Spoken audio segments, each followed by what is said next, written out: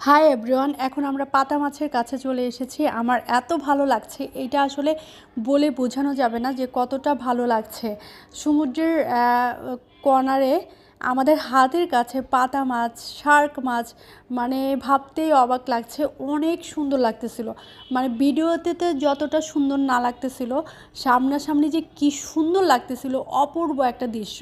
মানে এইখানে যে না যাবে সে বুঝতেই পারবে না যে কতটা সুন্দর একটা জিনিস মিস করছে।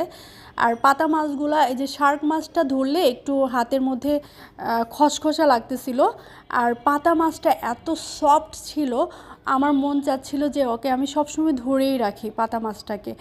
অনেক ভালো লাগছিল ধরতে, তারপরে ওদের সাথে পিক তুলতে। আমি কিন্তু বসে এখানে ছবি তুলেছি, ওরা আমাকে কিছুই বলেনি, কোনো আঘাত করেনি।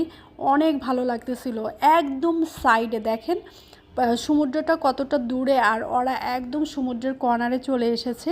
আর এখানে আমাদের সাথে যারা এসেছিল তারা সবাই ছিল, সবাই আমরা এনজয় করতেছিলাম এই পাতা মাছগুলো দেখে। আর ষাঁড়গুলোর সাথে তো অলরেডি আমরা সুইমিং করে এসেছি, তখন তো অত ভালো করে ধরতে পারিনি, ওখানে ধরা নিষেধ ছিল। আর এখানে আমরা ধরতে পারতেছি, মানে কতটা যে ভালো লাগছে।